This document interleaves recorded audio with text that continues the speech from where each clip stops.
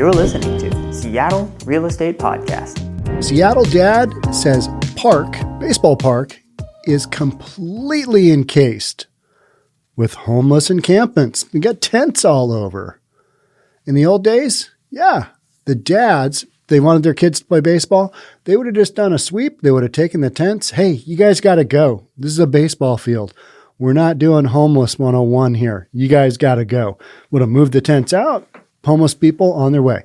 Not anymore. That's what we're going to talk about today. That's one of the emphases of today. So why you don't do a sweep to homeless encampments in 2021. All right, that's what we're going to talk about. If you are new here, my name is Sean Reynolds. I own a couple of real estate companies, and I read the news.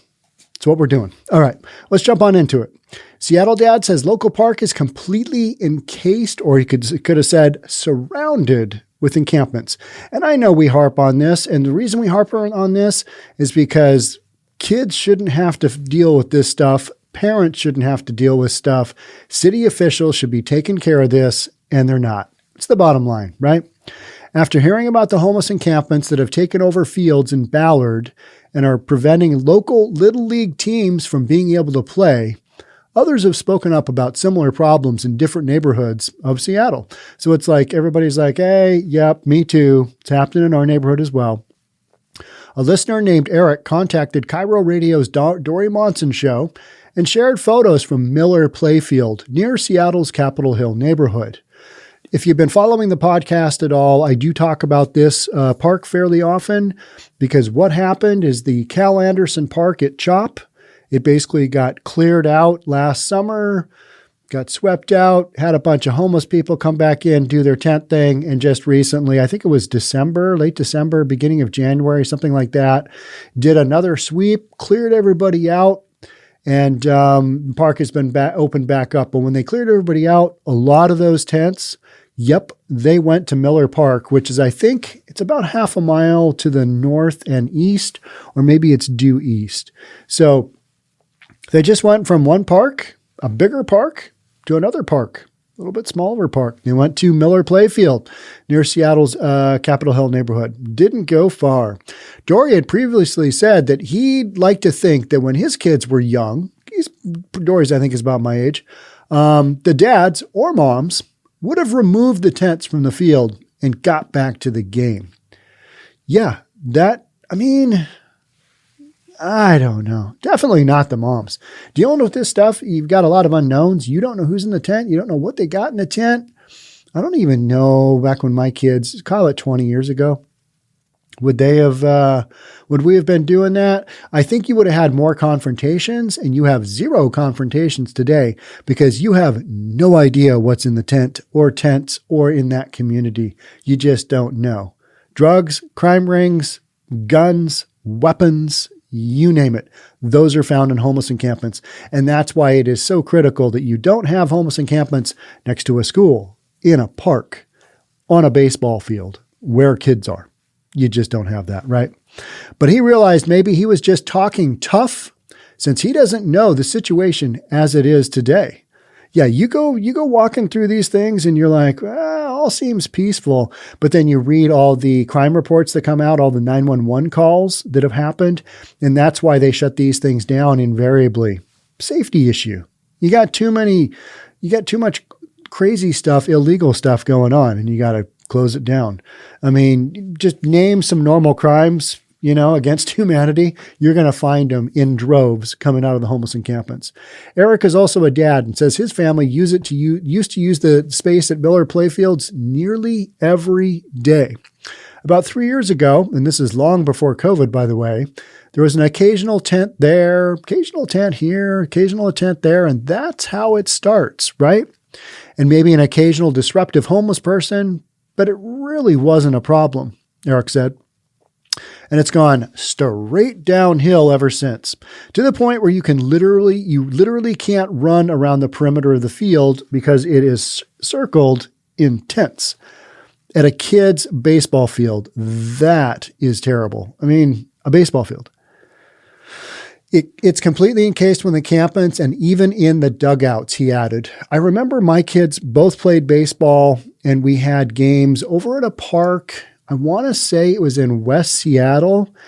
And we're from Bellevue. We're obviously from the spoiled burbs, they're wealthier communities here on the east side.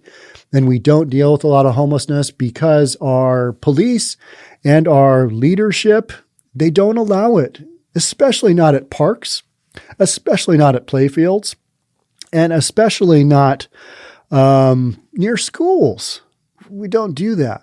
But I do remember we had some games over in West Seattle, and not a terrible area, decent area, but there was the homelessness issue, and you're like, oh, we're going to play at that field. Okay, we're just going to have to deal with that issue because there's always some guy living in the dugout.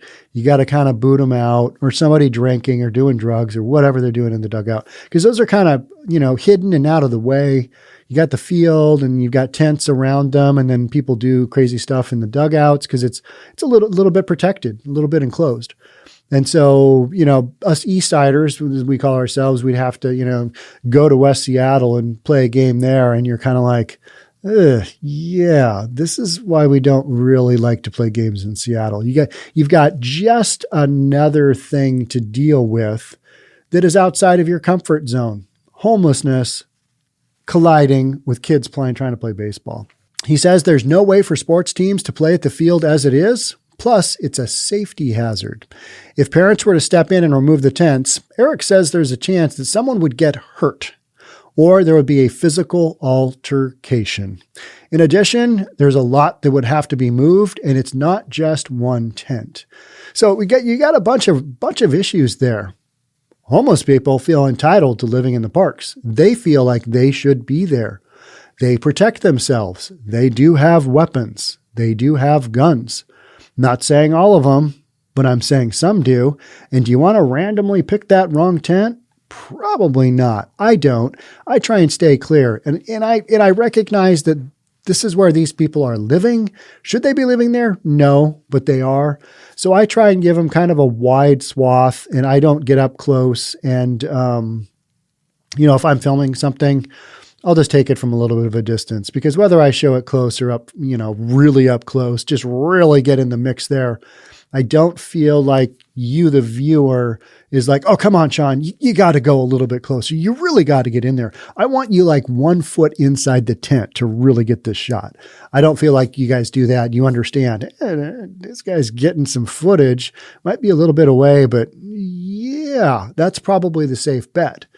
So you literally don't know what's in the tents. I talk about the walk I did in downtown Seattle during the end of the NFL playoffs. And I went around a corner and I'm like, whoa, that's a big grouping of tents with music coming out of it on the sidewalk, basically, adjacent to some businesses. This was in the south end of downtown Seattle. And then a few weeks later, they did a big bust, and that little grouping of tents had some bad hombres in it that they got a bunch of drugs. I can't remember what the circumstances were, but there was a big bust involving that tent structure. And I remember thinking that I'm going to cross the street and go to the other side. I don't know what's in there. I don't know what's going on there, but it doesn't feel good. It just kind of had that dark, and some music coming out of it. What do they have? A lot of batteries in there to run their stereo, or have they jacked power from somewhere? It just felt like it was a little more permanent than it should have been.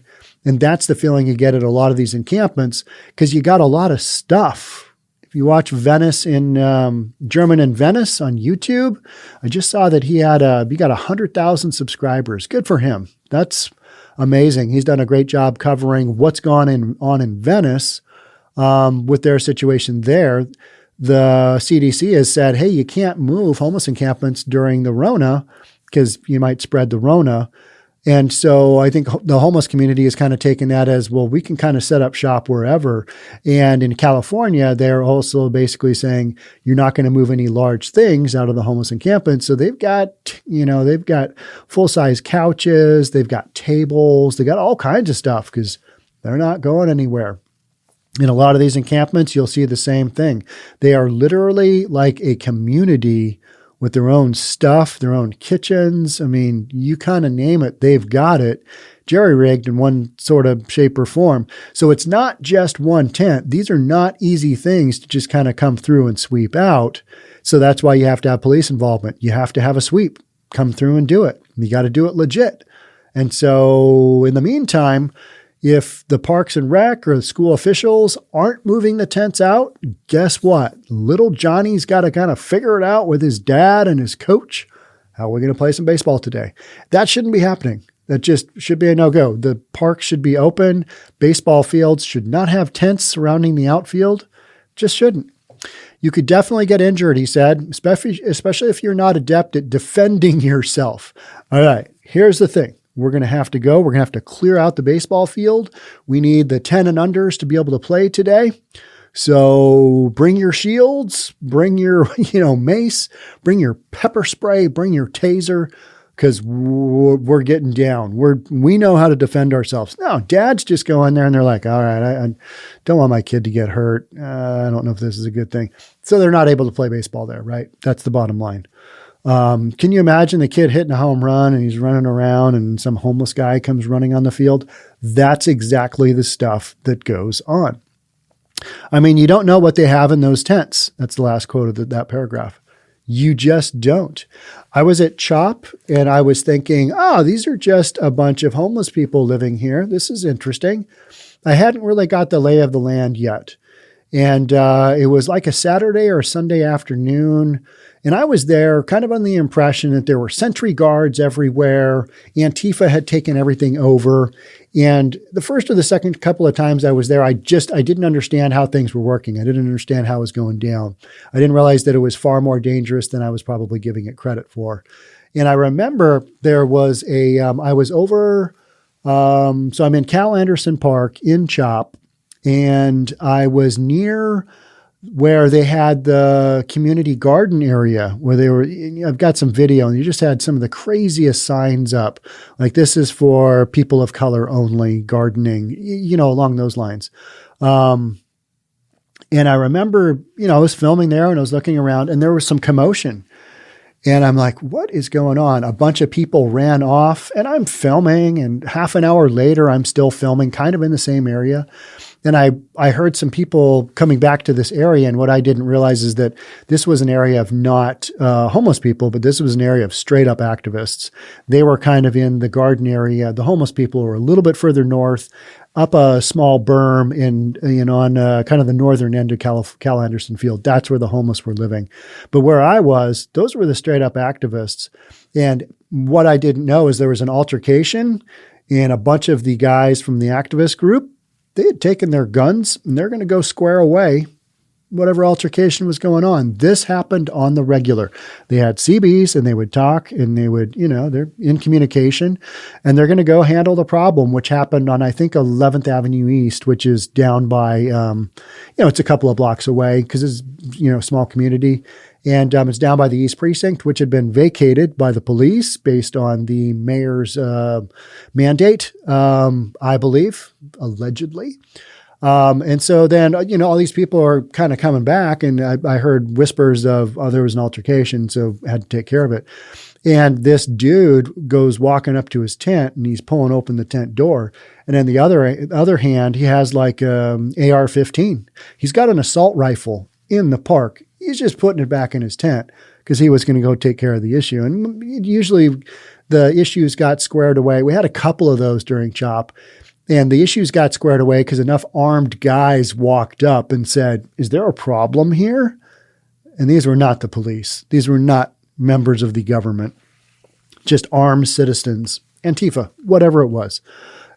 So you just never really know what's in a tent. And then I remember thinking, all right, that guy's got whatever kind of assault rifle that is, whatever kind of gun that is, and he's just nonchalantly putting it back in his tent. What's in the rest of the tents? What's going on there?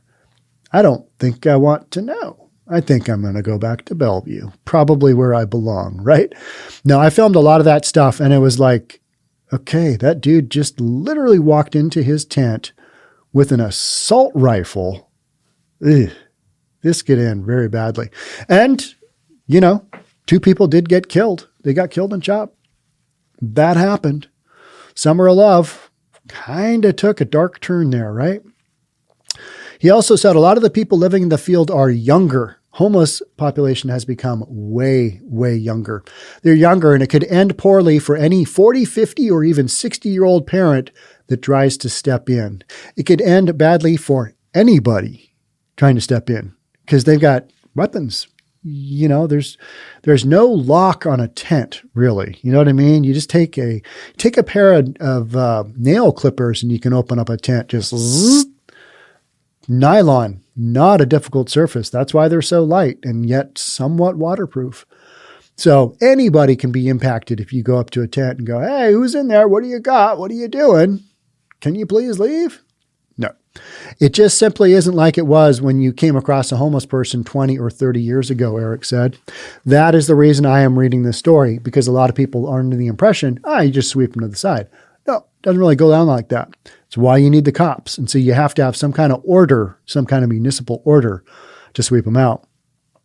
There's all different reasons why somebody can become homeless. I understand that. But in today's world, it's a completely different crop of people, and many of them are extremely dangerous. I have talked at length about crime rings being run out of homeless encampments. That happened in Denny Park. I've talked at length about the bicycle chop shops that are out there. Guys getting interviewed. "Hey, you've got 3 really expensive bicycles there. Where'd you get them?" They were just donated to me. They were donated. A really nice man came by and just said, "Hey, you want 3 bikes that are worth a couple of grand a pop?" No, they're stolen. They're stolen. Simple as that. And bike parts are used in exchange for drugs. We all know that. So, chop up the bikes, get your money for your next fix, live in your tent.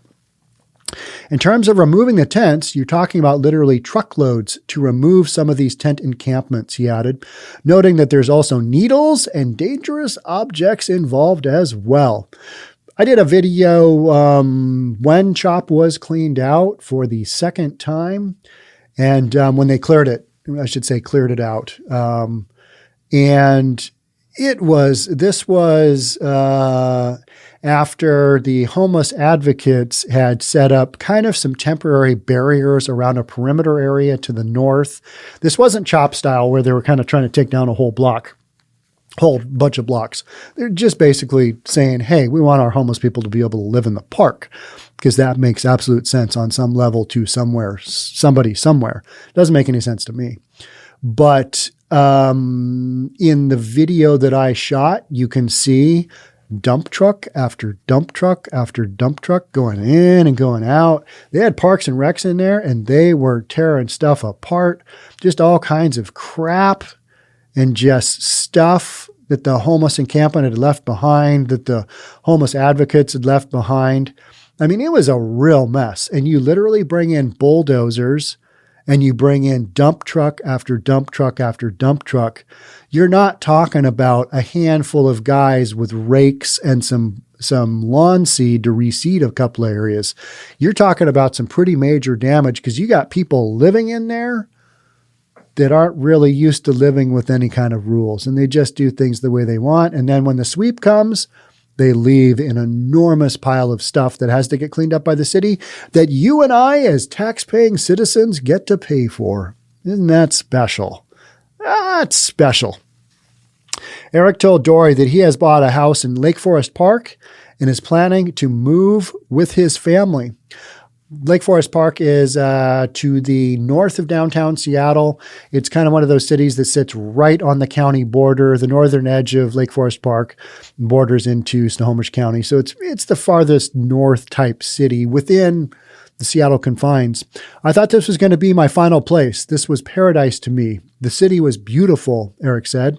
It just deteriorated to the point where I really didn't feel like I had much of a choice, unfortunately.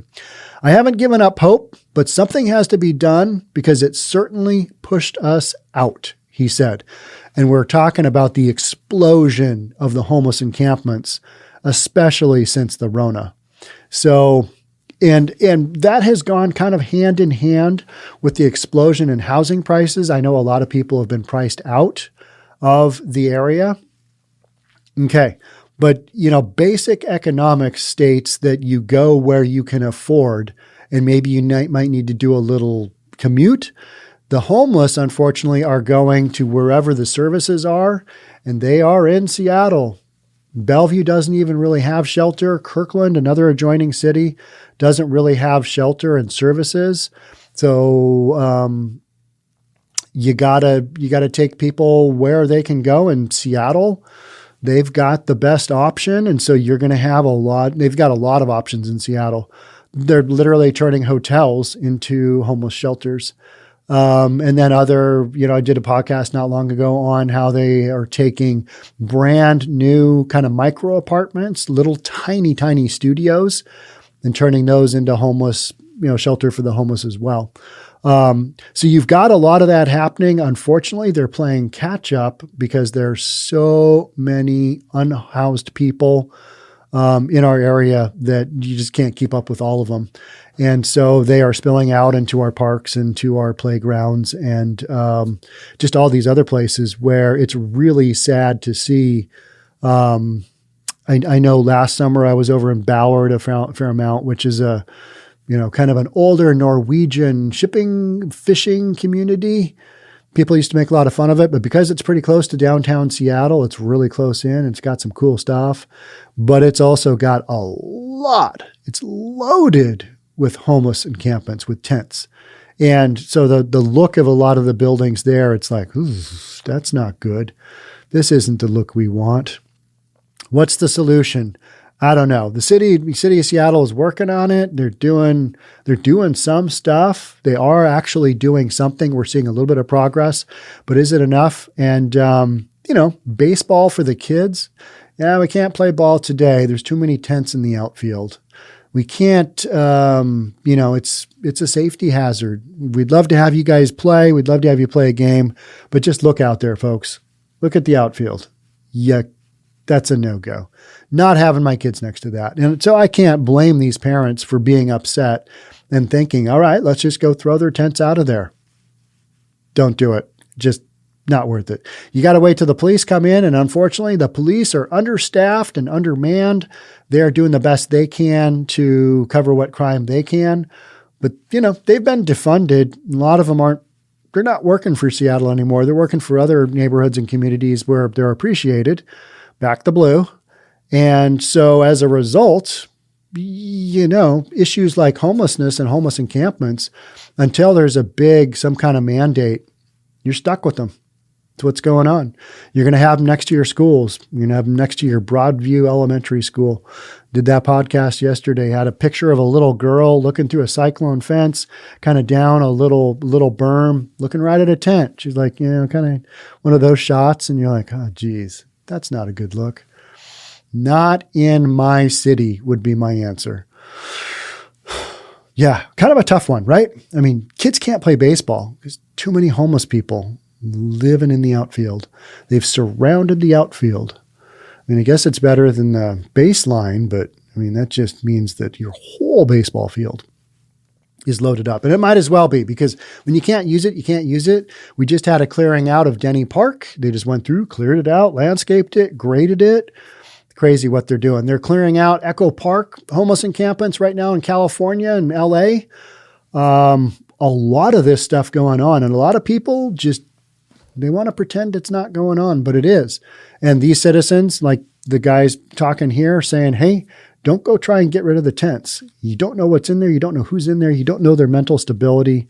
Just don't do it. So it means, in the meantime, kids don't play baseball. And that is terrible. That's literally a crying shame. So that's all I got for you on this one. I don't have any great solutions here, but I bring it up because I think these are issues that people need to be aware of. Hey, this is going on, and it's going on the daily. It's what we're working with. Crazy times, right? All right. That's it for me on this one. I am literally kickstarting my weekend. I think it's time for a little jet skiing, otherwise known as a little sea doing, because even though it's not even 60 degrees here in Seattle, if you get over 50 degrees here in Seattle, it's April 2nd, that's a hall pass. And if there's a little bit of ray of sunshine from that big yellow ball in the sky that is mainly obscured by clouds, that's water weather. That's, hey, we're going to go hit the jet skis. That's what I'm doing. Thanks so much for being here. Thanks so much for being part of the Seattle Real Estate Podcast. Have a great one. I will catch up with you in the next one. Until then, bye for now.